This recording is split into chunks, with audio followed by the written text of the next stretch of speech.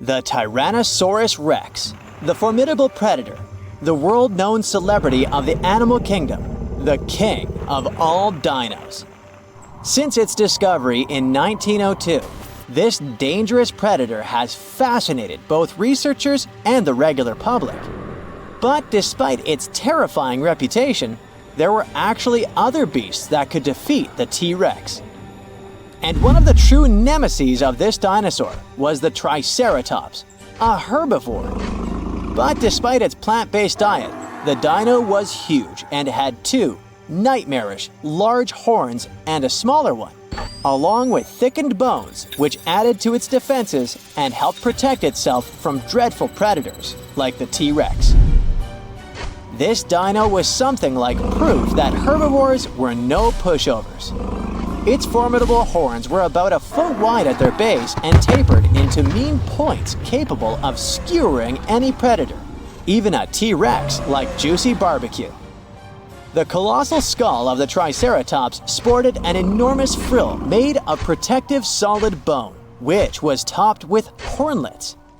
From the tip of the animal's beak to the spiked rim of the frill, the head of the Triceratops could reach a whopping 10 feet in length and weigh around a ton. This gargantuan construction, the head of the dino, was attached to the body with the help of a ball and socket joint. This allowed the dino to swivel its head around with astonishing speed, brandishing its horns to scare predators away. That's one of the reasons why a T-Rex that decided to attack a Triceratops was actually taking a big risk. The battle could easily go either way. Of course, the king of the dinosaur world could win and get its long-awaited feast, but just as likely, the hunted could become the hunter and end the T-Rex's game. Now, how about we find some more cool and lesser-known facts about those intriguing creatures, dinosaurs? For example, dinos almost certainly did not roar. Scientists think they might have cooed instead. More accurately, they probably produced sounds in ways similar to the way ostriches boom or doves coo. You see, many modern birds use a method of producing sounds called closed-mouth vocalization. Sounds are made by inflating the throat rather than passing air through the syrinx, the vocal organ of birds. In other words, the Jurassic Park movies got it all wrong. A lot of early dino reconstructions appeared under the influence of those scary noises that we associate with modern predators, like lions. So, on screen, dinosaurs have their mouths open when they produce sounds, just like lions when they roar.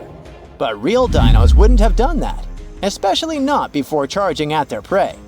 They wouldn't have advertised their presence to other animals nearby, not when all they wanted was to have a meal.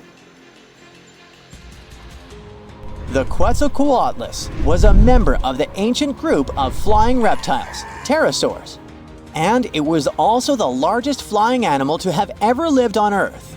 The giraffe-sized creature had thin limbs, a startlingly long beak, and a staggering 40-foot wingspan.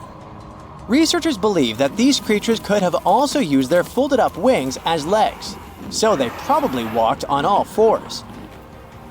Scientists discovered the Quetzalcoatlus about 50 years ago, but they still have a tricky time trying to piece together the details of this animal's life. For example, how did it even manage to lift its ginormous body off the ground when flying? Whatever the answer is, this creature is our first real look at the entirety of the largest animals ever to fly. One of the reasons why it's been taking so long to unearth the secrets of the Quetzalcoatlus is because this creature had hollow bones that helped it to fly, just like modern flying animals. So, when you find these potato chips-like bones preserved in super hard rock, you need to somehow remove them without destroying them, and that's a really tough task. The Tyrannosaurus rex was quite a slow runner. Its speed was likely to be just about 10 miles per hour, which is approximately as fast as the speed of an average human runner. As for T-Rex babies, according to hatchling recreations from the American Museum of Natural History, they were pretty cute. About the size of super skinny turkeys, and covered with downy feathers. The largest land-based dino was the Argentinosaurus. This massive animal often reached up to 130 feet in length and 69 feet in height. Considering the average blue whale is around 70 feet long, you can easily imagine just how giant that dinosaur was. Many dinos had feathers, and I'm not only talking about avian ones. The largest feathered dinosaur we know about was the Tyrannosaurus huali, which translates as a beautiful feathered tyrant. It was a super predator and cousin of the T-Rex. Scientists think that the dino most likely relied on its feathers to stay warm. However surprising it may sound, some of the biggest dinosaurs were actually herbivores. Let's take the Brachiosaurus and Apatosaurus, for example.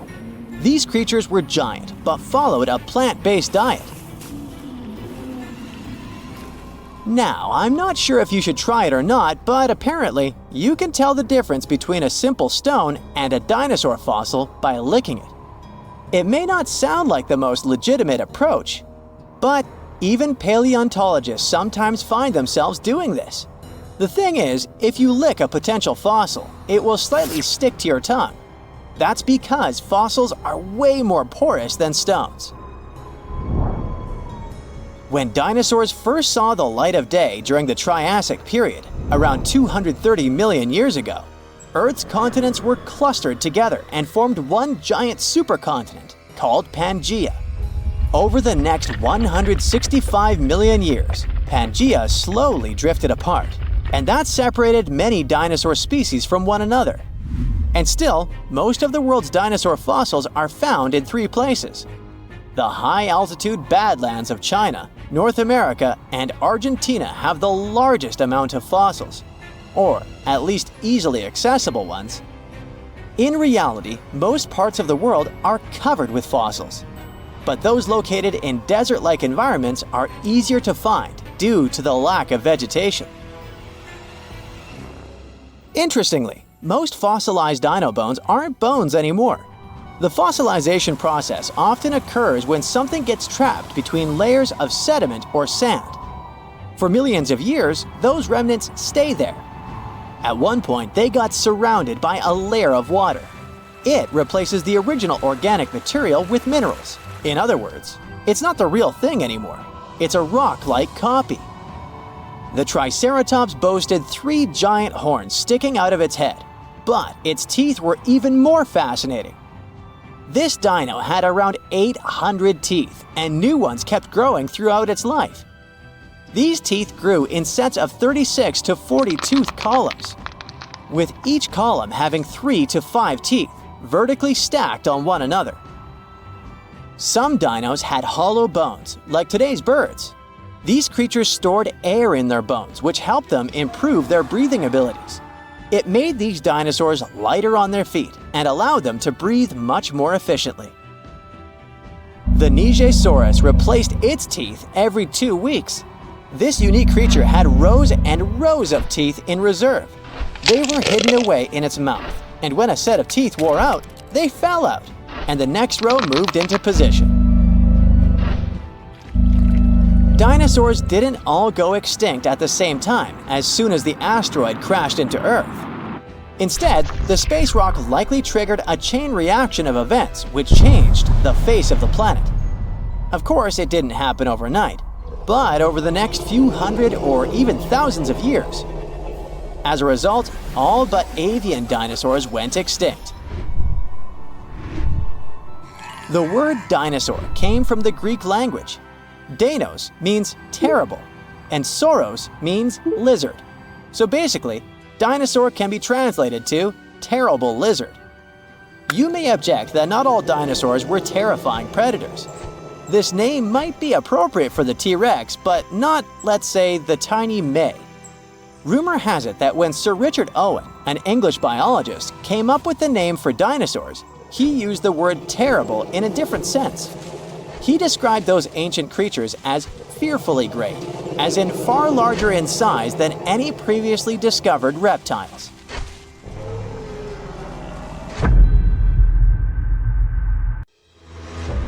So, let's consider velociraptors as pets. Yeah, walking your dino in the park, playing fetch, and we probably could have it now if it hadn't been for those pesky asteroids. To be fair, we ended up with mammals, which, let's face it, it was a pretty solid trade. But here's the big question. Why didn't reptiles make a grand comeback? Why did mammals rise instead? The answer, believe it or not, involves fungi. Yup, the same stuff that gives you athlete's foot and ruins your leftovers also wiped out dinosaurs. Welcome to the weirdest twist in extinction history. It all started with a very bad day 66 million years ago, when a 9-mile-wide asteroid crash-landed in what's now Mexico. The space rock was moving so fast that it vaporized on impact, punching out a crater 10 times its own size. Now, if you remember anything from your physics class, and no judgment if you don't, high speed means high energy. And that energy turned into a blast wave and heat so intense it could have cooked anything in the area instantly. And it didn't stop there. Tiny molten rock beads rained down globally, generating radiation equivalent to 20 million megatons. Forests caught fire, wildfires raged across continents, and the sky filled with soot and sulfuric acid. Earth turned into a planetary air fryer. Then came the blackout. With all that debris in the atmosphere, half of the sunlight couldn't reach the surface, making sea surface temperature drop by 13 degrees Fahrenheit. Within just a few weeks, the planet entered a literal impact winter. There was no sunlight for at least 2 years, and Earth experienced a 15-year-long climate collapse while the dust slowly cleared. 75% of all animal species completely disappeared. Those that survived the initial blast faced tsunamis, starvation, and the collapse of entire food chains. If you were a big animal, say over 55 pounds, your chances were basically zero. And if you were a plant, forget about it. No sunlight means no photosynthesis. And that means no plankton, no trees, no grass, and eventually no herbivores, which means no carnivores either. It was a domino effect straight into extinction. The Earth became a cold, dark graveyard. But there was one organism that looked around and said, yeah, this is perfect. And it was fungi. Now, fungi thrive in moist, dark, and decaying environments. Like a world blanketed in ash full of dead trees and rotting animals. With no sunlight and plummeting temperatures, fungi had a once-in-a-lifetime chance to take over. And they did. Fossil records show widespread fungal contamination in the period after the impact. It was a global fungal bloom, like the moldy icing on an apocalyptic cake. Now, this was great news for fungi, but terrible news for reptiles. See, fungi aren't just harmless mushrooms. Many are pathogens, and they love cold-blooded creatures. Reptiles, including some of the dinosaurs that survived, were ectothermic. This means that they relied on external heat sources to warm their bodies. In a normal situation, a nice sunny rock would do the trick. Bask in the sun, raise your internal temperature, and fight off infections. It's like an induced fever, because, unlike mammals, like me, their bodies don't do it for them. And yes, I'm a mammal too. But there was no sun, remember? And a cold reptile is a sluggish reptile. Their metabolism slows down, which might sound like a good thing, because it means they can survive on less food and oxygen. But in this new hostile world, it was a disaster. They had less energy to move, less energy to hunt, and couldn't even digest food properly. Their bodies were colder, weaker, and easier for fungi to invade. Reptile reproduction was hit hard too. Most reptiles lay eggs, which are usually buried in the soil or left in hidden nests. But with the soil now damp, cold, and riddled with fungal spores, those eggs became easy targets. Spores penetrated the thin eggshells, destroying the embryos before they could hatch. So not only were adult reptiles struggling to fight infections, but their future generations were being wiped out in the nest. This vulnerability isn't just ancient history. We still see reptiles and amphibians struggling with fungi today. There's a type of fungi, hey, you try to pronounce this, that decimated frog populations. And reptiles in colder or poorly maintained environments have to deal with fungal skin infections. Which brings us to the protagonists of the era, mammals. At the time of the impact, mammals were tiny scrappy creatures about the size of a rat. But they had a secret weapon, actually several. First off, mammals are warm-blooded, something scientists call endothermic. They produce their own body heat, and that alone gives them a major edge, because most fungi can't tolerate temperatures above 98.6 Fahrenheit. So, while reptiles were freezing and being turned into fungal buffets, mammals were literally too hot to handle. Their warm bodies acted like natural shields against infection. And then there's reproduction. Mammals carry their young inside their bodies. This means that their developing babies were safe and warm, insulated from the hostile external environment, instead of being exposed to the unfriendly world, protected just by a fragile shell. No eggs? No problem. Their metabolism was another secret weapon. Their fast-burning energy systems let them move more, hunt more, and eat more. And because they were small, they didn't need a lot of food. And here's the cool part. Mammals probably ate fungi. Yep, the same organisms ruining the lives of reptiles. And this fungal diet might have helped them boost their immune systems, giving them an evolutionary edge. Over generations, this resistance was passed down, which explains why fungal infections mostly give us an annoying rash, but still wreaks havoc among reptiles. Of course, not all dinos were cold-blooded. In fact, some massive creatures, like the T-Rex, were warm-blooded. But, warm-blooded or not, their size worked against them. You know, giants need giant meals, and in the post-impact world, those meals didn't exist. Being warm-blooded helps, sure, but not when you're too big to feed. Small dinosaurs, however, were a different story. Some survived, and we call them birds. Their small size meant they were lighter and needed less food, and their feathers helped with insulation. Being able to fly was also a flex, since they could reach food in higher places. Their beaks and guts were adapted for flexible diets, and bigger dinos were definitely picky eaters. Evolution did its thing, and the line between birds and dinos blurred forever. The same survival playbook worked for mammals. Small size? Check. Safe reproduction? Check. Versatile diets? Double check. While the rest of the world was on pause, mammals scurried through the underbrush, dodging disaster and waiting for the dust to settle. And then it did. The sun eventually came back. Plants started growing again. Life rebooted. But this time, the stage was different, with big reptiles mostly gone. No more towering predators, no more thundering herds of horned beasts. Mammals had room to stretch, and they did. They grew fast, but not too fast. Mammals never got dinosaur-sized, and that's not a coincidence. Large herbivores today, like elephants, have it easy since their food doesn't run away from them. But large predators are rare for a good reason. Hunting is hard.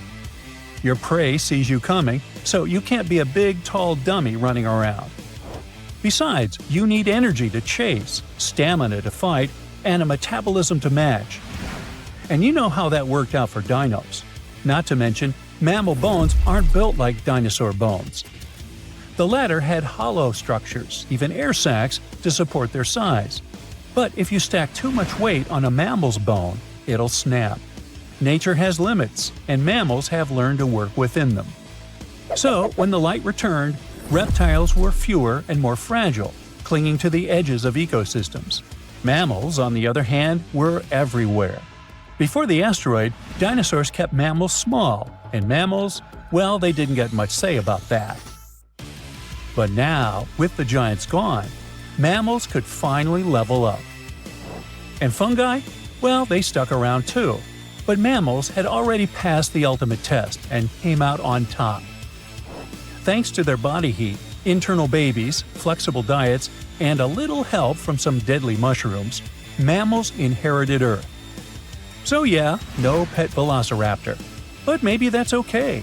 You got a cat, right? Close enough. Actually, I think dogs are better.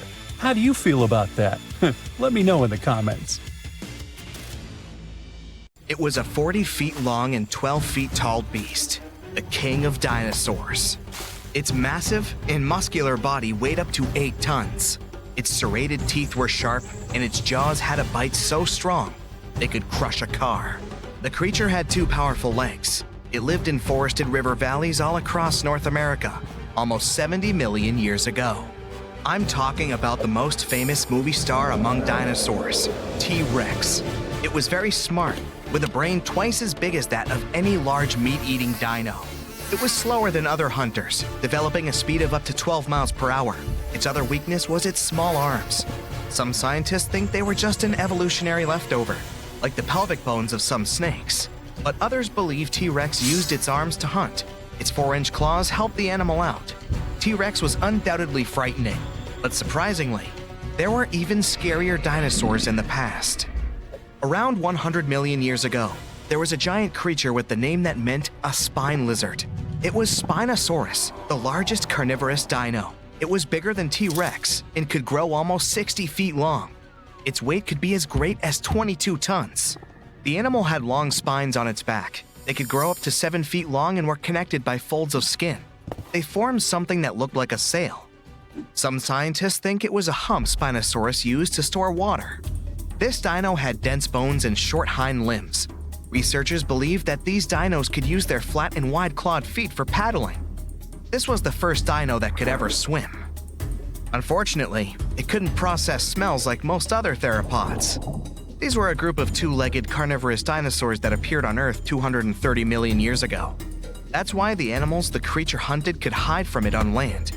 The Spino dino spent most of its time in the water. It roamed the swamps of North Africa and mostly fed on fish, big prehistoric sharks, and sometimes other dinosaurs. It had a long, thin, and narrow snout like a crocodile. Unlike other dinos of its kind, which had curved teeth, Spinosaurus had conically shaped straight teeth. Giganotosaurus, which is the Greek word for giant southern lizard, was considered the largest meat-eating dino until Spinosaurus was found. It lived around 100 million years ago in South America, around 30 million years before T-Rex appeared there. It was longer and taller, but more slender than T-Rex. And while T-Rex had 2 fingers, this giant had 3. It walked upright on its 2 big and very strong legs. Its tail was pointed and thin, which helped the creature make fast turns while running and keep its balance. The animal could move at a speed of up to 31 miles per hour. T-Rex's maximum speed was 25 miles per hour at the most. Any faster than that, and the giant could lose its balance and fall over. Giganotosaurus had 2 arms with sharp claws. It was mostly an opportunistic meat eater feeding on everything it found on its way. Its bite wasn't as strong as T-Rex's, but it still managed to deal with some bigger animals, like herbivore dinosaurs. Maybe there was even an Argentinosaurus among them, the biggest animals ever found.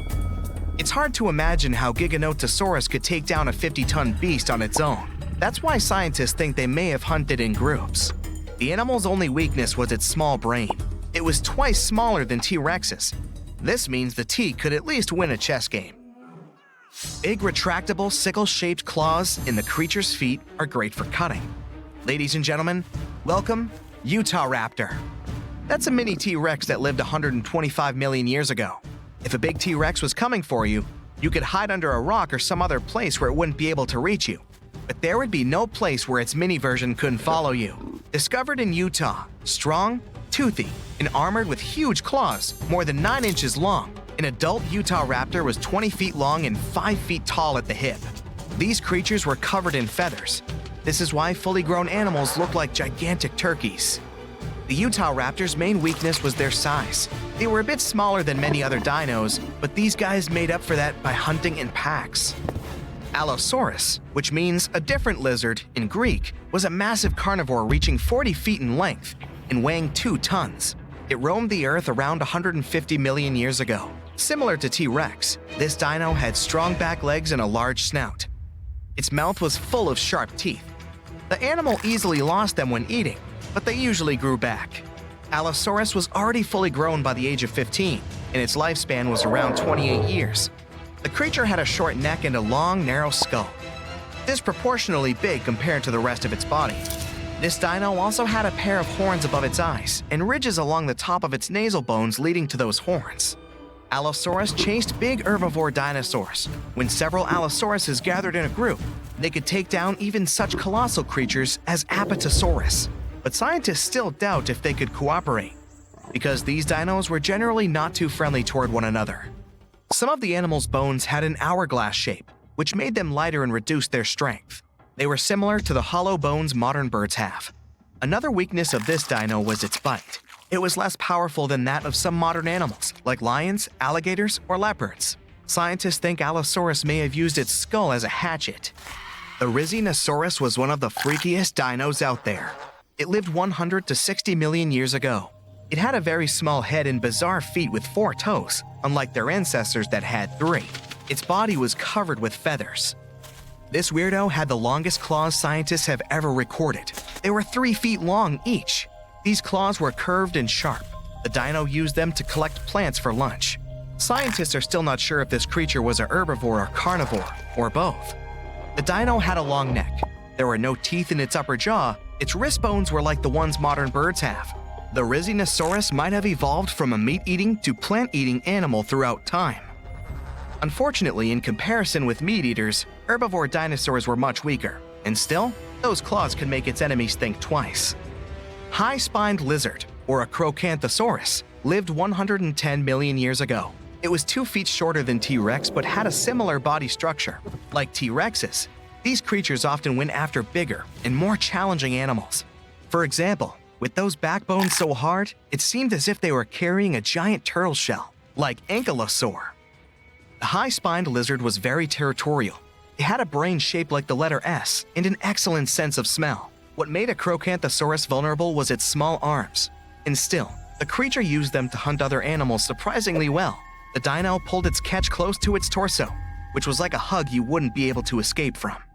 Diplodocus lived 150 million years ago. The 90-foot-long creature was possibly the longest dinosaur ever. Its tail, which could reach 46 feet in length, was the longest tail of any animal ever. And its neck was more than 20 feet long. The underside of the dino's tail had 2 rows of bones, which made the creature even stronger and more mobile. Diplodocus didn't look scary, long-necked, gentle, peacefully munching on plants, until it used its tail like a whip, making even the scariest meat-eaters back away. This tail was the center of the dino's mass, which was why Diplodocus could move very quickly. Scientists first thought, this is a lizard-like animal, but its posture was more like that of an elephant. Plus, Diplodocus had nasal openings on its forehead. The dino's weakness was its small teeth and weak force bite. Quetzalcoatlus was the biggest flying animal ever. It lived 70 million years ago and controlled the skies of North America. It was a toothy, pin-headed creature with a blunt snout. It was as tall as a giraffe and weighed 550 pounds. Quetzalcoatlus had a small torso and long neck and legs. Its wings were short compared to the rest of its body, but still long enough to stretch for 40 feet. Scientists think this animal could fly at a speed of up to 80 miles per hour and travel 400 miles in a day. This dino was weaker than, let's say, T-Rex or most other carnivores of that time, but it had powerful muscles, which helped the animal rise into the air in the blink of an eye. It all started out as an ordinary working day for Gary Johnson, who was driving his excavator at a quarry in Oxfordshire. He was clearing the clay when, all of a sudden, he hit a bump. It turned out to be a huge footprint, and no animal from today could have possibly left it. Then, Gary noticed another huge footprint, just 10 feet ahead, and then another one. He soon realized those could be dinosaur footprints. And he was right. There were a total of about 200 huge footprints from 166 million years ago, or the middle of the Jurassic area, crisscrossing the limestone floor. Scientists started digging at the location in June 2024. The longest trackways they found are around 500 feet long. It wasn't the first major discovery in the area. Back in 1997, they found 40 dinosaur tracks nearby while digging in a limestone quarry.